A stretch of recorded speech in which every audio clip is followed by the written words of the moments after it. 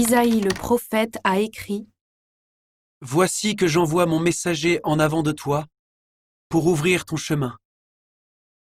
Voix qui crie dans le désert : préparez le chemin du Seigneur, rendez droit ses sentiers. Alors Jean, celui qui baptise, paraît dans le désert. Il proclame un baptême de conversion pour le pardon des péchés. Toute la Judée, tous les habitants de Jérusalem se rendent auprès de lui, et ils sont baptisés par lui dans le Jourdain, en reconnaissant publiquement leurs péchés. Jean est vêtu de poils de chameau, avec une ceinture de cuir autour des reins. Il se nourrit de sauterelles et de miel sauvage. Il proclame : Voici venir derrière moi celui qui est plus fort que moi. Je ne suis pas digne de m'abaisser pour défaire la courroie de ses sandales. Moi, je vous ai baptisé avec de l'eau, lui vous baptisera dans l'Esprit Saint.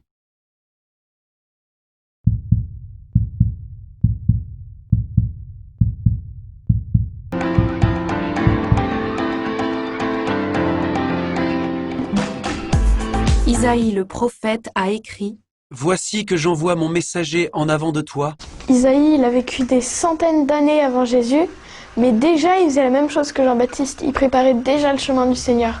Alors Jean paraît dans le désert. Jean-Baptiste, c'est le grand cousin de Jésus. Normalement, les grands cousins, ça dit « regarde-moi, je suis plus fort que toi ». Alors que là, en fait, il veut se faire tout petit. Tellement petit qu'il s'habille en poil de chameau et qu'il mange des sauterelles. Il proclame un baptême de conversion pour le pardon des péchés. Convertir, c'est changer de religion, se dire « c'est vrai que Jésus existe ». Et je le pense au plus profond de moi. Et ils sont baptisés par lui dans le Jourdain. Le baptême que Jean-Baptiste donnait, c'était une sorte de préparation à celui de Jésus.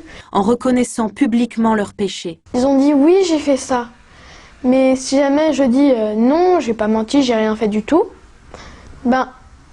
d'une, on ment encore, et de deux, on peut pas être pardonné.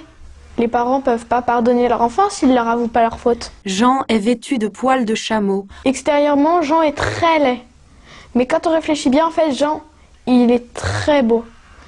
Sa beauté, c'est qu'il est toujours humble. Voici venir derrière moi celui qui est plus fort que moi. S'abaisser, c'est mettre son prochain au devant de soi. C'est ce que voulait faire Jean-Baptiste. Parce que Jésus, c'est quand même son petit cousin. Mais il veut le mettre devant, il veut qu'il soit plus grand que lui. Je ne suis pas digne de m'abaisser pour défaire la courroie de ses sandales. Il faut tous qu'on soit croyants, il faut tous qu'on soit des hommes justes, tous les chrétiens.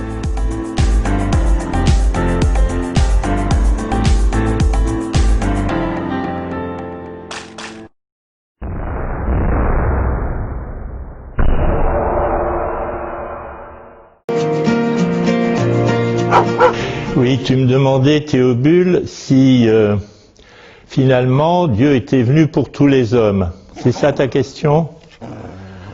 Eh bien, je peux te répondre que oui. Parce que le cœur de Dieu est tellement immense qu'il ne laisse personne de côté. Personne. Tu vois, j'étais en train de lire une revue qui s'appelle « 2000 ans d'aventure chrétienne ». Eh bien là, il parle d'une tribu paysanne, les Karen, entre la Birmanie et la Thaïlande. Tu vois, c'est dans des pays très lointains. Eh bien, eux aussi, on leur annonce que Jésus est venu pour les aider, pour être présent au milieu d'eux. Dieu nous aime et Dieu aime parler à tous les hommes. Et simplement, il faut que les hommes ils aient l'oreille assez fine pour l'écouter. Voilà. C'est ça tout le problème. Et le cœur assez ouvert, et l'intelligence aussi ouverte pour comprendre ce qu'on leur dit et ce qu'ils peuvent lire dans la Bible, dans les sacrements, partout. Voilà. Je te laisse. Tu as tout compris ? Parfait.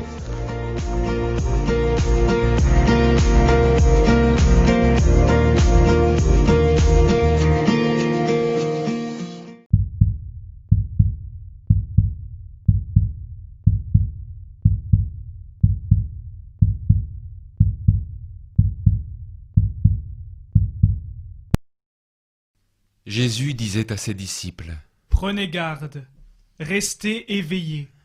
car vous ne savez pas quand ce sera le moment. C'est comme un homme qui part en voyage. En quittant sa maison, il donne tout pouvoir à ses serviteurs, fixe à chacun son travail et demande au portier de veiller. Veillez donc, car vous ne savez pas quand vient le maître de la maison, le soir ou à minuit, au chant du coq ou le matin. S'il arrive à l'improviste, il ne faut pas qu'il vous trouve endormi. Ce que je vous dis là, je le dis à tous. Veillez.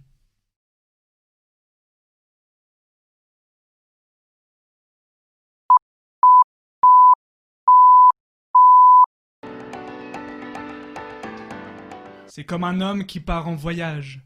En quittant sa maison, il donne tout pouvoir à ses serviteurs. Le maître, c'est comme si c'était Jésus et nous, on était ses serviteurs. Et demande au portier de veiller. C'est celui qui garde la porte pendant la nuit pour lui ouvrir. Et il y a une porte de la maison, mais il y a aussi plein d'autres portes.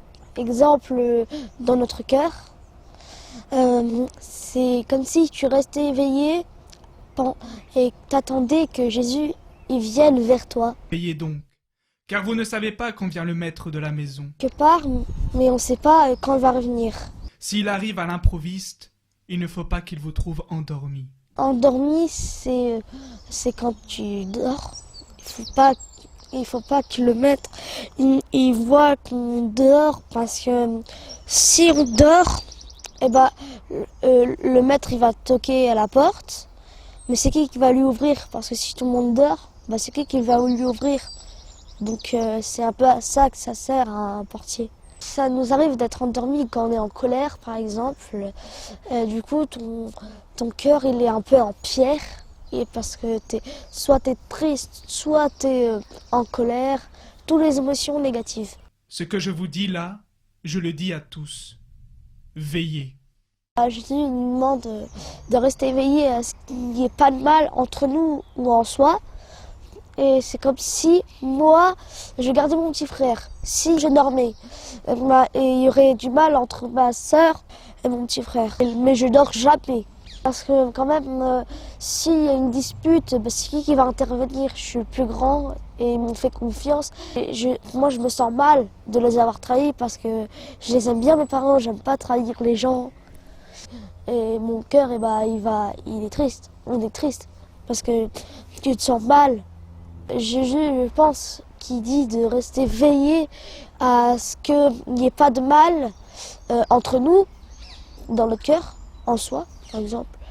Si t'es en colère contre toi-même, tu te sens pas bien, tout ça, et donc t'es en colère contre toi-même.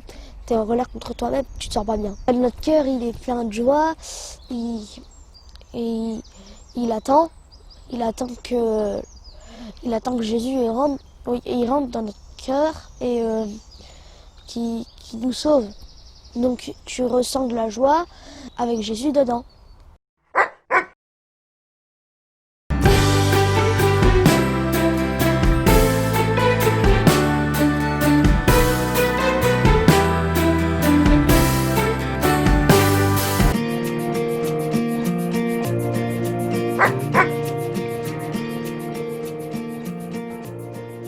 Alors mon petit Théobule, comment ça va depuis la dernière fois? On a dit que tu avais une question à me poser. Vas-y, je t'écoute. Comment on peut se préparer à Noël? Eh bien en fait c'est très simple. Noël, il suffit de se rappeler que c'est une fête d'anniversaire. Et si jamais je te demandais comment est-ce que tu prépares l'anniversaire de ta maman, tu saurais faire. Eh bien pour Noël c'est pareil. Sauf que c'est pas l'anniversaire de ta maman, c'est l'anniversaire de Jésus. Ce qui fait le plus plaisir à ta maman, quand tu lui fêtes son anniversaire, c'est quand tu lui donnes ton cœur et que tu lui dis que tu l'aimes. Et bien Jésus, c'est pareil. La plus belle façon de préparer l'anniversaire de Jésus, Noël, c'est de dire à Jésus qu'on l'aime et de lui donner son cœur. Et où est-ce qu'on lui donne son cœur? Eh bien, dans la prière. La plus belle façon de se préparer à Noël, c'est de donner son cœur à Jésus un peu tous les jours en priant. Et pour prier, tu peux prier dans ta chambre, tu fais un beau dessin de la grotte avec l'âne et le bœuf et tu pries devant, ou bien tu peux faire une crèche avec ta famille et puis prier devant la crèche. Et puis, quand tu as bien prié, quand tu as bien donné ton cœur à Jésus, là tu es prêt, tu peux lui offrir un beau gâteau d'anniversaire. Et des gâteaux d'anniversaire, il y en a plein qui font plaisir à Jésus, mais le plus simple, c'est par exemple d'aider ta maman. Tu peux demander à ta maman de l'aider en lui faisant le repas le soir. Ou bien, tu peux passer du temps à jouer avec ton frère ou avec ta sœur. Parce que Noël, c'est aussi une fête pour toute la famille. Ou bien, tu peux faire aussi attention à bien ranger tes affaires et à bien travailler à l'école, parce que Jésus, c'est aussi un beau petit cadeau que tu peux lui faire. Alors, tu lui donnes ton cœur dans la prière, et tu lui fais un beau gâteau d'anniversaire en passant du temps avec papa, en passant du temps avec tes frères et sœurs, et puis là, je te garantis une chose, pour Jésus, ce sera le plus bel anniversaire qu'il pourrait avoir.